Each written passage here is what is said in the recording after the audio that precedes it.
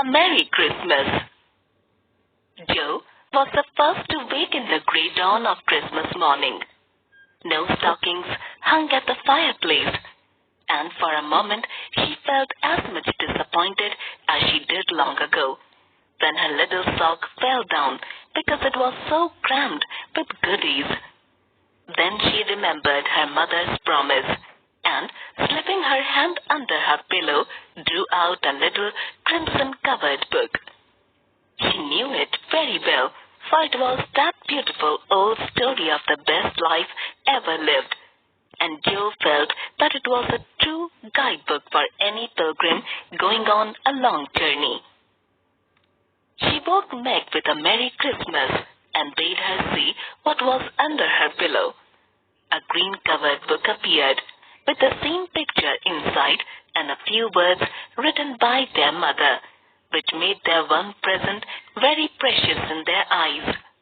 Presently, Beth and Amy woke to rummage and find their little books also, one dove-colored, the other blue, and all sat looking at and talking about them, while the east grew rosy with the coming day. In spite of her small vanities, Margaret had a sweet and pious nature, which unconsciously influenced her sisters, especially Jo, who loved her very tenderly and obeyed her because her advice was so gently given. "Girls," said Meg seriously, "Mother wants us to read and love and mind these books, and we must begin at once. We used to be faithful about it, but since Father went away and all this war trouble unsettled us, we have neglected many things. You can do as you please, but I shall keep my book on the table here and read a little every morning as soon as I wake, for I know it will do me good and help me through the day." Then she opened her new book and began to read. Jo put her arm round her and, leaning cheek to cheek, read also, with the quiet expression so seldom seen on her restless face. "How good Meg is! Come, Amy, let's do as they do. I'll help you with the hard words, and they'll explain things if we don't understand," whispered Beth, very much impressed by the pretty books and her sister's example. "Where's Mother?" asked Meg, as she and Jo ran down to thank her for their gifts half an hour later.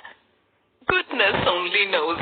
Some poor creature come a-begging, and your ma went straight off to see what was needed. There never was such a woman for giving away victuals and drink, clothes and firing," replied Hannah, who had lived with the family since Meg was born and was considered by them all more as a friend than a servant. "She will be back soon, I think, so fry your cake and have everything ready," said Meg, looking over the presents, which were collected in a basket and kept under the sofa, ready to be produced at the proper time. "There's Mother! Hide the basket, quick!" cried Jo, as the door slammed and steps sounded in the hall.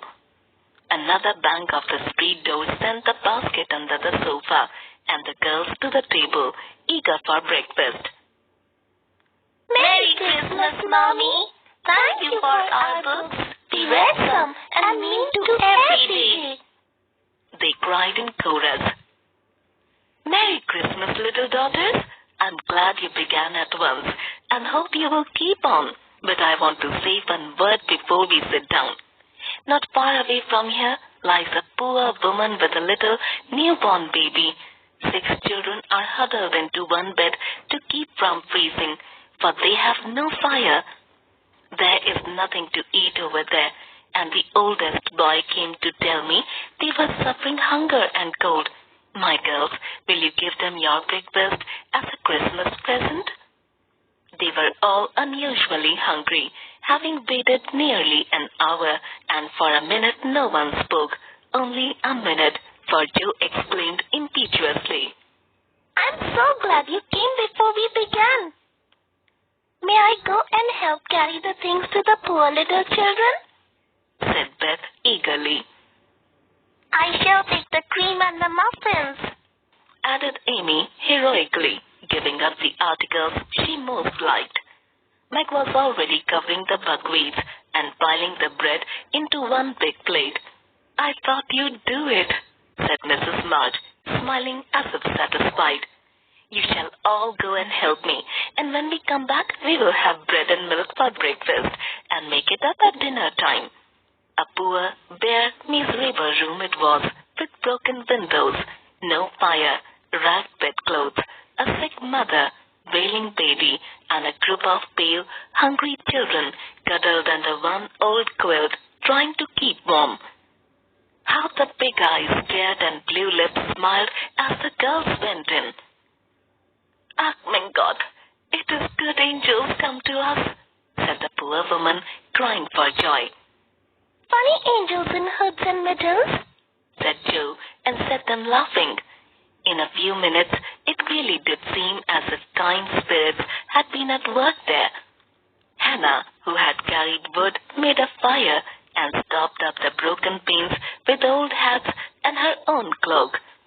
Mrs. March gave the mother tea and gruel and comforted her with promises of help, while she dressed the little baby as tenderly as if it had been her own.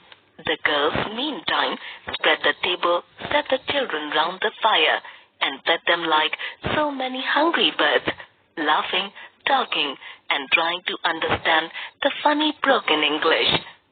"Das ist gut, die Engelkinder," cried the poor things as they ate and warmed their purple hands at a comfortable blaze. The girls had never been called angel children before, and thought it very agreeable, especially Joe, who had been considered a Sanko ever since she was born. That was a very happy breakfast, though they didn't get any of it, and when they went away, leaving comfort behind, I think there were not in all the city 4 merrier people than the hungry little girls, who gave away their breakfasts and contented themselves with bread and milk on Christmas morning. "That's loving our neighbor better than ourselves, and I like it," said Meg, as they set out their presents while their mother was upstairs collecting clothes for the poor Hummels. "She's coming! Strike up, Beth! Open the door, Emmy! 3 cheers for Mommy!" cried Joe, prancing about, while Meg went to conduct Mother to the seat of honor. Beth played her gayest march. Amy threw open the door, and Meg enacted a scout with great dignity. Mrs. March was both surprised and touched, and smiled with her eyes full as she examined her presents and read the little notes which accompanied them. The slippers went on at once. A new handkerchief was slipped into her pocket, well scented with Amy's cologne. The rose was fastened in her bosom, and the nice gloves were pronounced a perfect fit. An extract from Little Women by Louisa May Alcott.